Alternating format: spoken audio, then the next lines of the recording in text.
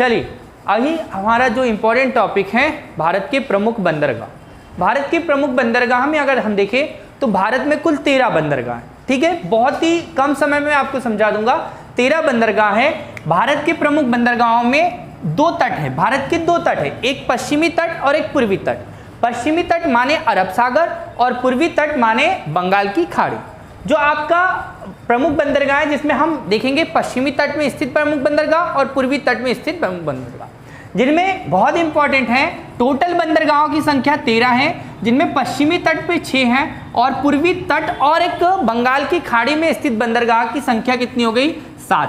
वैसे तो पूर्वी तट में कितने हैं? 6 हैं और पश्चिम तट में 6 हैं और एक बंदरगाह जो है वो आपका कहां पर है? अंडमान निकोबार द्वीप समूह है।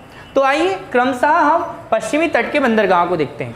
पश्चिमी तट के बंदरगाहों में सबसे पहला जो बंदरगाह है वो कांडला बंदरगाह है और जो कांडला बंदरगाह है ये गुजरात में कच्छ की खाड़ी में स्थित है। देखिए आपके इस अरब सागर में कुछ खाड़ी आपको देखने को मिलेगी। अरब सागर में खंबात की खाड़ी, ये गुजरात महाराष्ट्र का क्षेत्र है जहां पर खंबात की खाड़ी है, और गुजरात में ही आपको एक खाड़ी मिलेगी जिसे कच्छ की खाड़ी कहते हैं। तो कच्छ की खाड़ी में स्थित बंदरगाह कांडला बंदरगाह, और ये इस बंदरगाह को पंडित दीनदयाल उपाध्याय बंदरगाह कहते हैं और इसे ज्वारी बंदरगाह के नाम से भी जाना जाता है। यहाँ पे ज्वार उत्पन्न। बहुत इंपॉर्टेंट है कि इसी कांडला बंदरगाह से उत्तर भारत में होने वाले सभी व्यापार जो है वो आपके कांडला बंदरगाह से किए जाते हैं। आगे देखते हैं महाराष्ट्र में जो है, जैसे कि आपको मैंने पिछली कक्षाओं में बताया था कि भारत की तटीय भूमि या तटीय रेखा या सीमा, तटीय सीमा की अगर बात करें तो तटीय सीमा 7516.6 किलोमीटर है, जो पूरे भारत को दक्षिण तटीय क्षेत्र और आपके द्वीप समूह को शामिल करती है। जिनमें से मुख्य भाग में की जो तटीय सीमा है वो 6100 किलोमीटर है, जो आपके गुजरात वाले क्षेत्र में है। ठीक है, माने गुजरात सर्वाधिक सीमा को साझा करता है और आंध्र प्रदेश दूसरे नंबर पर साझा करता है। तो भारत के 9 ऐसे राज्य हैं जो तटीय सीमा से लगे हुए हैं, जिनमें हमने गुजरात में स्थित कांडला बंदरगाह देखा, और भी बंदरगाह है, द्वार समंद बंदरगाह, आपका यहाँ पर द्वारका बंदरगाह, और भी बंदरगाह यहाँ पर स्थित है। कहाँ पर? गुजरात में। महाराष्ट्र की बात करें तो महाराष्ट्र में 2 प्रमुख बंदरगाह, एक है मुंबई बंदरगाह जो प्राचीन है मुंबई बंदरगाह, और एक है नवा सेवा बंदरगाह।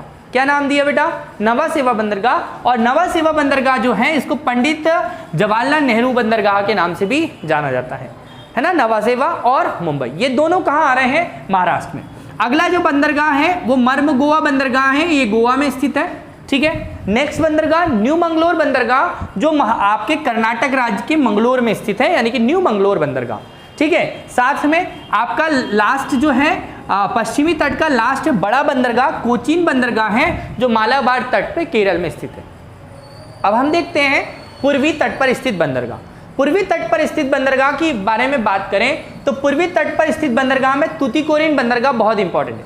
तूतीकोरिन बंदरगाह जो है ये मन्नार की खाड़ी में स्थित है। यहाँ पर जो खाड़ी है वो है मन्नार की खाड़ी, और ये मन्नार की खाड़ी जो है वो हिंद महासागर वाले क्षेत्र में है, और ये बंगाल की खाड़ी से पाक जल डमरू मध्य के माध्यम से जुड़ती है।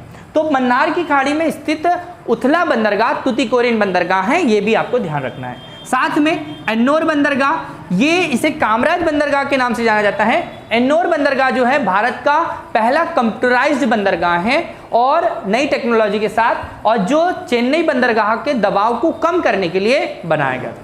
चेन्नई बंदरगाह, जैसे कि आप जानते हैं चेन्नई जो है तमिलनाडु की राजधानी, चेन्नई बहुत ही बड़ा बंदरगाह है, प्राकृतिक बंदरगाह है, तो चेन्नई बंदरगाह याद रखना, ये भी आपका तमिलनाडु में पूर्वी तट पर स्थित है। ये कोरोमंडल तट पर स्थित बंदरगाह के नाम है। आगे देखते हैं विशाखापट्टनम बंदरगाह। विशाखापट्टनम बंदरगाह जो है वो आंध्र प्रदेश में स्थित है और आंध्र प्रदेश की वर्तमान राजधानी जो है वो विशाखापट्टनम है। ये विशाखापट्टनम बंदरगाह जो है इसको डाल्फिन नोच की पहाड़ी जो है प्राकृतिक रूप से सुविधा देती हैं, यानी कि सुरक्षा करती हैं, यानी कि जो समुद्र की लहरें हैं, हवाएं हैं, जो बंदरगाह को किसी प्रकार से सुरक्षित करती हैं।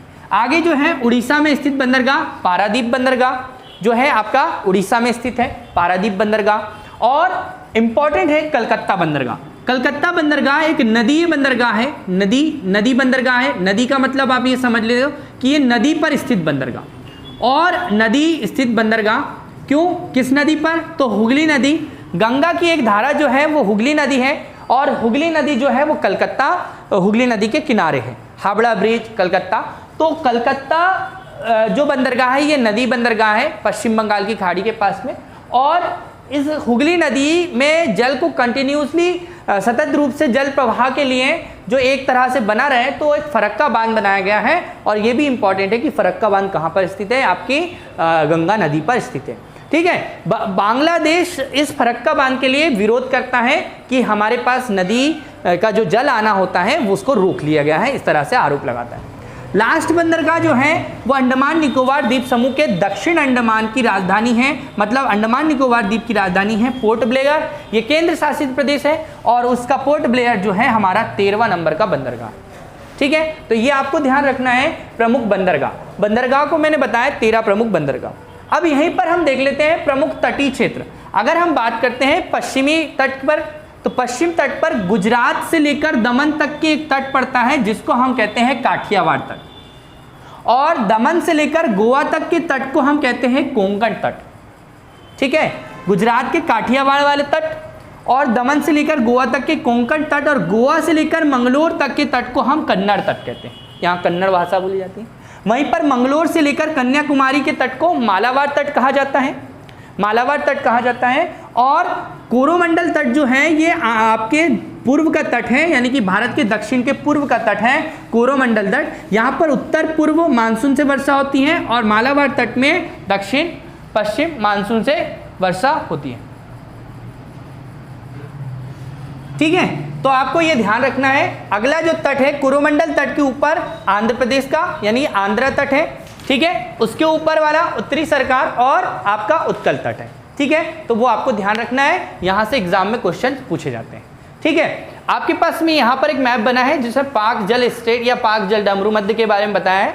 राम सेतु आपको ध्यान रखना है, भारत और पाकिस्तान के बीच में एक राम भगवान द्वारा एक भारत और श्रीलंका के बीच में एक क्या बनाया गया है, राम सेतु का निर्माण किया गया है, और पम्बन द्वीप को श्रीलंका से जोड़ता है। मन्नार की खाड़ी आपको ध्यान रखना है। ठीक है, ओके।